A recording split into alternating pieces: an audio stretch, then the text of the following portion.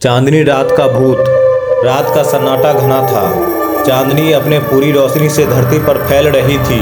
सुरेश, जो एक छोटे कस्बे में रहता था, देर रात तक काम करने के बाद घर लौट रहा था।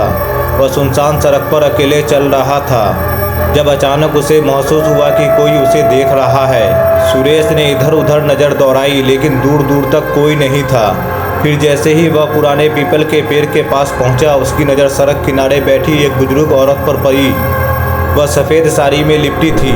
उसके बिखरे हुए बाल हवा में उड़ रहे थे और उसकी आंखों में अजीब सी चमक थी। बेटा सुनो, औरत की धीमी कंपन भरी आवाज़ आई। सुरेश का कलेजा धक से रह गया। उसने अनसुना कर तेज कदमों से आगे बढ़ने की कोशिश की, लेकिन उसके पैर जैसे जम गए। औरत ने फिर कहा, मुझे बस एक सवाल का जवाब चाहिए। सुरेश ने घबराकर पूछा, कौन हो तुम? औरत की आंखें लाल हो गई। उसने अपनी हड्डियां जैसी पतली उंगलियां उठाई, इशारा किया, क्या तुमने मुझे पहचाना नहीं? सुरेश का दिमाग तेजी से दौड़ने लगा। वह इस बुढ़िया को नहीं जानता था, लेकिन उसके शब्दों में कुछ ऐसा था जो उसकी आत्मा तक को झकझोर रहा था। नहीं, सुरेश ने कांपती आवाज़ में कहा। अचानक औरत की शक्ल डरावनी होने लगी। उसकी आंखों से काला धुआं निकलने लगा और उसके मुंह से एक भयानक चीख निकली। पेड़ के आसपास का माहौल अचानक ठंडा हो गया। हवा में सड़ने की गंध फैल गई। सुरेश अब पूरी तरह डर चुका था। उसने भागने की कोशिश की, लेकिन उसकी टांगें कांपने लगी। तभी औरत उसके करीब आ गई और फुसफुसाई, तुमने मुझे क्यों मारा? यह सुनते ही सुरेश की आंखें फटी रह गई। वह कभी किसी को नहीं मारा था।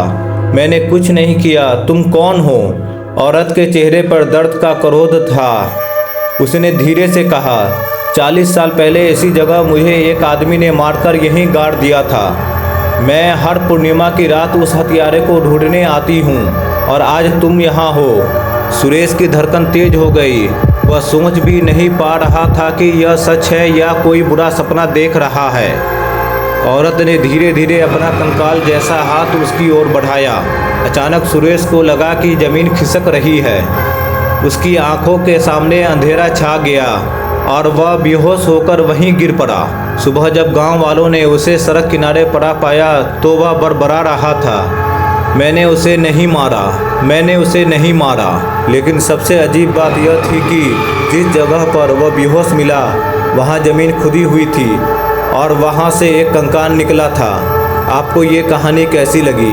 अच्छी लगी तो मेरे चैनल को सब्सक्राइब कीजिए।